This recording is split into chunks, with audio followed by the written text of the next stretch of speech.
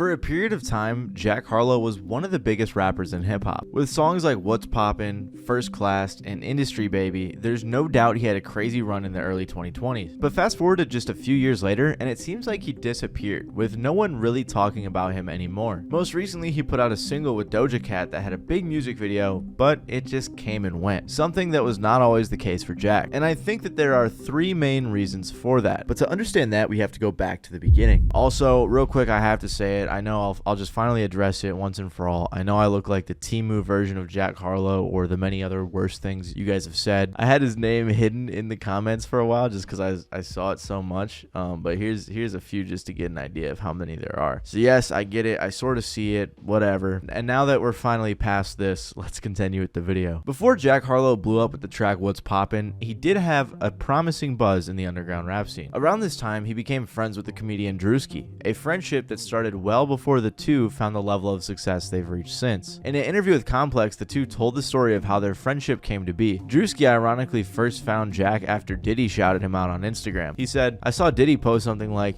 'This is the next kid, he's the one.' So I'm like, yo, Diddy doesn't even post shit like that. He'll either put himself or himself." I checked Jack's page out and I was like, yo, this song is a banger. The song Druski was referring to was Jack's Through the Night with Bryson Tiller. And after listening to this, he heard the song Sundown as well, to which he said, okay, this white boy is it. Many fans even point back to this era of his music as his best, because even though later on he made some way more commercially successful songs, some people say they all kind of sound the same, with his older music having more variety and personality. But around this time in 2019 is when Druski decided to hit up Jack. And at this point, Jack said he'd already been a fan of Druski, following him on IG for 3 months already, and putting people onto his videos all summer. So they finally started talking and hit it off right away. And Druski even offered to hop on Jack's tour as an opener.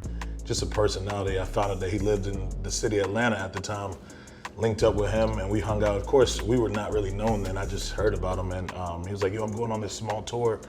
And I went on tour with him. We were on a bus with like a whole bunch of people. We were showering at truck stops, just, you know, crazy stuff. But it just, we stuck through it and pushed through, even through all the struggles through that. And we used to have these talks on the tour bus, like, yo, when we make it, like, we're gonna go big, man. Like, we used to really, like, lock in, like, late at night and be like, bro, I can't wait. Like, we just had all these goals that we would talk about. And it's crazy to see both of us transcending and just going up now. It's just, like, wild to watch, man. Druski and Jack agree that the reason they get along so well is that they both had a very similar life goal. And while they worked in different industries, their social media overlap led to them grabbing the world's attention around the same time.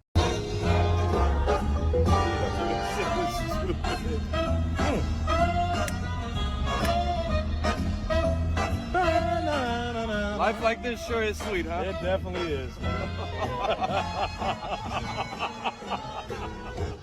Another funny thing is that the two were pretty competitive because neither of them said they wanted to be the broke friend. Druski even said that when What's Poppin' came out, Jack shot through the roof. He had money coming in, but he was such a good friend. He would pay for shit and just be like, yo, I got it. So now that I'm where I'm at, I tell him, I got it, I can pay for it now. And their joint success even brought in business ventures together, like the unscripted Call of Duty Warzone trailer they featured in.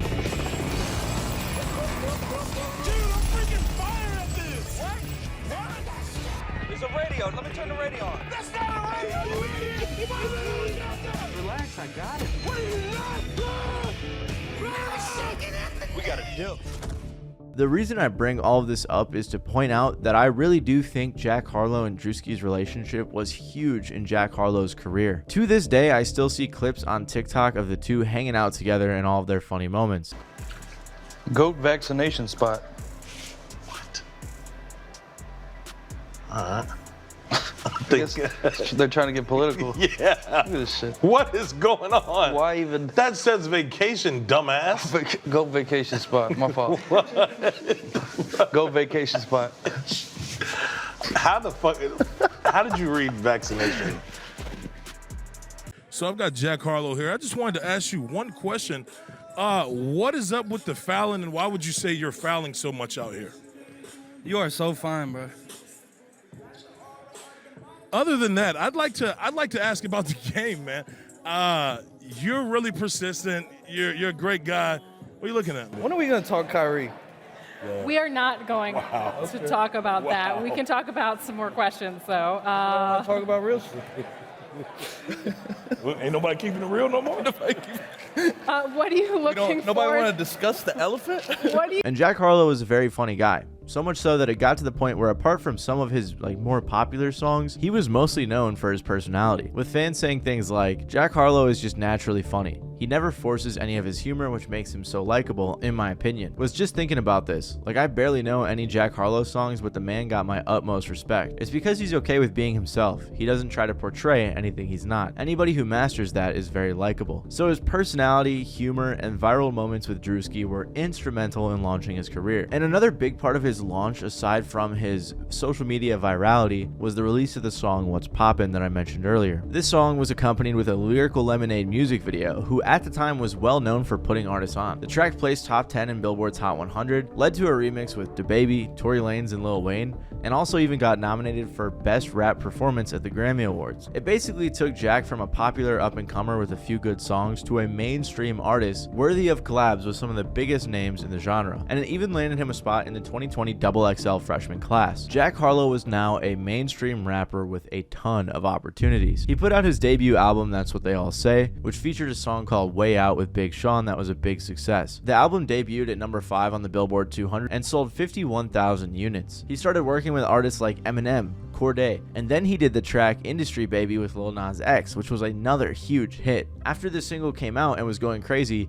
even Kanye jumped in and said that Jack Harlow was top 5 out right now. Then he started to prepare to put his second album out, Come Home the Kids Miss You. He began the rollout with the single Nail Tech, which did fairly well, but then he put out the single First Class, which was a smash hit. The song sampled Fergie's hit song Glamorous, and it heavily relied on it. Despite the criticism of the song for overly relying on the sample, it went crazy on TikTok and blew up. Side note, this was kind of during that trend of artists sampling already super big hit songs and then kind of not really changing them up enough to make it worthy of the sample. It was just such a lazy and boring time, but it was working, and clearly Jack was capitalizing on that. Then Jack released the album Come Home the Kids Miss You, which went crazy, especially due to the First Class song. It debuted at number 3 on the Billboard 200 and sold 113,000 copies first week. He had a Drake feature, a Lil Wayne feature, a Justin Timberlake feature, and a Pharrell feature. Like, he just had a star-studded feature list. Jack Harlow was on top of his game and arguably at the peak of his career, but this whole time there was some sneaking criticism of Jack. Despite all of his commercial success, a lot of rap fans just weren't too fond of the pop rap records he was putting out. His album Come Home the Kids Miss You came with a lot of criticism from the greater rap community. When Megan Thee Stallion and Cardi B make wet ass pussy, they're ruining a generation of young women, they're poisoning their minds, they're destroying the youth. But when Jack Harlow makes an entire album about fucking, about womanizing, about just being a dickhead with zero substance or layers to him whatsoever, oh, he the next Drake. And don't get me wrong, I don't have a problem with this album because he got a bunch of bitches. I just can't overlook the hypocrisy. This nigga has a bar on this album talking about his semen. Some of these bars are bad, but they're worse when you put them in the context that he uses them in. Unprovoked, I like to dictate things, Kim Jong.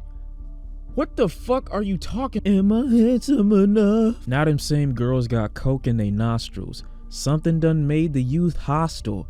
Maybe it's the fuel from them fossils? Undeniably, the album was a pretty weak album from a rapping and production standpoint. Like, it was far from groundbreaking. The album also received mixed reviews from critics, but honestly the place that I saw the most hate was on Twitter, and they were pretty ruthless. In the span of just months, it went from people talking about how everyone loved Jack Harlow to every single outlet talking about how much hate he was getting online because of this album. People were saying things like, the Jack Harlow push was crazy. He received a sneaker deal, was on every magazine cover, was on every talk show, did SNL, tried to sing, and in return, he dropped a mid-album in between Future and Kendrick Lamar. You can tell the industry is pushing him very hard to be the next pop star. Jack pushes zero boundaries in his music.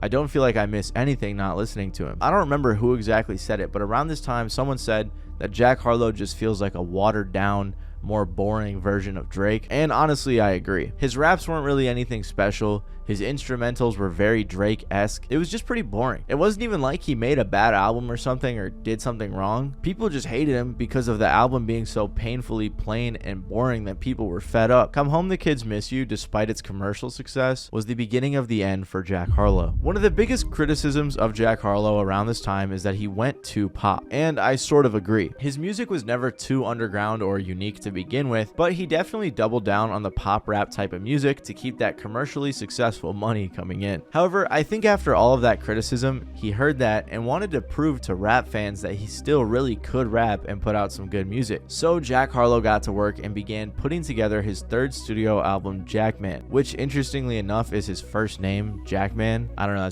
that's just a strange name to me. Normally it's like Jack or Jackson or something, but I guess. Anyway, it was somewhat of a surprise drop with not much of a rollout, and the album cover gives off a vibe of being back home as it was shot in Louisville, Kentucky, and the cover just made it seem like he was going to try to go back to his roots. And he did, as he put out a fully fledged rap album with 10 cuts featuring soulful loops and boom bap production to prove he's a real artist. On this project, Jack tried to get deep and introspective, which did woo a few rap fans, but not enough. Hip Hop DX said, "Alas, despite the attempts of introspection, there's not enough to redeem this record. Jackman is the album version of listening to the kid in class deliver a book report about a novel he didn't read, but wants the class to think he's an expert on." So Jack Harlow made another misstep. He tried to appeal to a more niche audience after all of the criticism, but it didn't really hit like that hard for the rap fans. Of course people liked it, but you know, they didn't love it. It wasn't some Kanye stuff. On top of that, it did worse commercially because it was less poppy than his other music. So he really did miss both crowds, which resulted in less streams. The album debuted at 8 on the Billboard 200 and sold 33,000 units first week, which was weaker than both his debut and sophomore project. The idea that him trying to rap and get all deep not working can be seen very clearly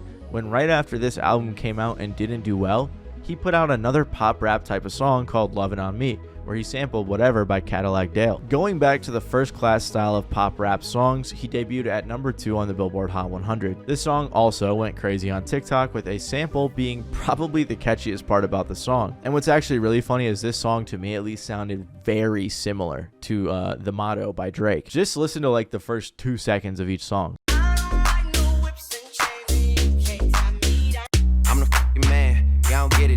The drum patterns sound very similar. And on top of that, one of the top comments on The Motto is, "The drum pattern used in the track for Lovin' On Me by Jack Harlow reminded me of this song." So clearly, him and the audience knew that pop songs were what worked. After this though, Jack Harlow has only put out 4 singles in the last 2 years, which is kind of strange. He's done a little bit of acting, but he isn't doing a ton with the momentum that he used to have when it comes to his music career, leaving many fans wondering what happened to him and leaving others to just forget about him. Jack does seem self-aware though, and even commented on the current state of his music career after Jackman on the single he put out called Tranquility. He said things like, "Every day I grow a little less accessible, less of a people pleaser, less flexible. I'm proud of what we have done, but I'm trying to be better though, because I don't really think I've made nothing incredible. A lot of hard verses and a couple regrettable.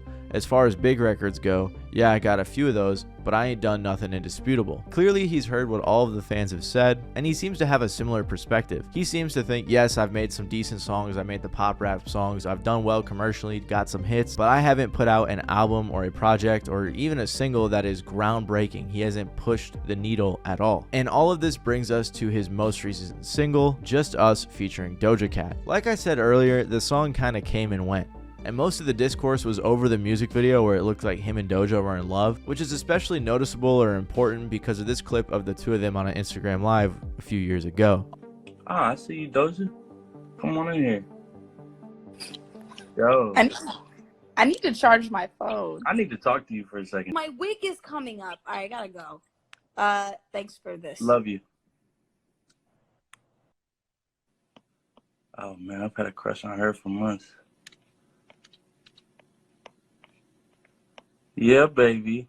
Yeah, baby. Doja Cat. Oh, I'm over here feeling good now. All the comments say things like, after the filming ended, they both asked, "So what are we?" But the downside, of course, is that the discourse was not actually about the song. And this brings me to my third reason as to why I think he's struggling right now, at least in a musical sense. Come Home the Kids Miss You was weak, he went a little bit too pop, and now he's not really letting his personality shine through like it used to. For so long in Jack Harlow's career, he was in part carried by the fact that he was super online, doing interviews, hanging out with Druski, doing Instagram live streams, joking on his Instagram story, and always just being silly. And now it seems like he isn't popping out and goofing around anymore like he used to. Don't get me wrong, he's still a funny guy and jokes around from time to time. Like when last year Druski posted this picture that was captioned, "Never needed no PR," and Jack responded, "Or a stylist, or a trainer, or a nutritionist, hashtag self-made, hashtag independent." Jack Harlow is definitely a funny guy, which was one of the major reasons people like him, like I mentioned earlier and emphasized with how close he was with Druski. So without that, and with the music being sort of weak lately, it just seems like no one is really talking about Jack Harlow anymore. Of course, he's still super successful, and lately he's been heavily pushing his brand deal with New Balance, but on the music side of things, it's felt very mediocre as of late. Now, I'm not going to say that his music was ever groundbreaking. I mean, he wouldn't say that either, probably. One fan on the Jack Harlow subreddit said, "Why is his music getting worse?" Other fans responded saying things like, "Jackman was the best rap album I feel he's put out,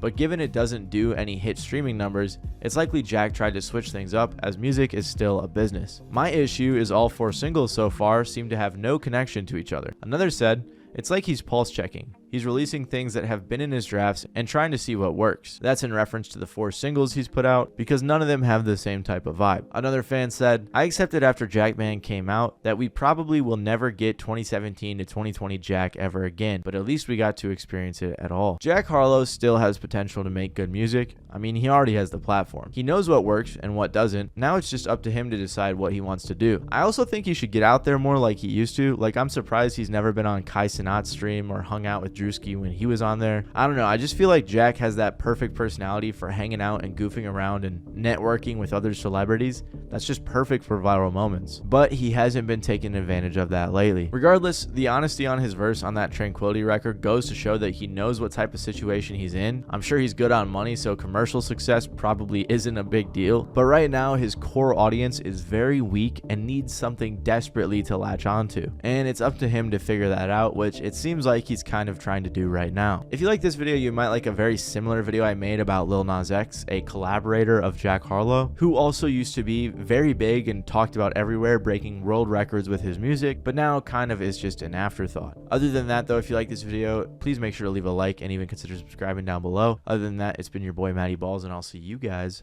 next time.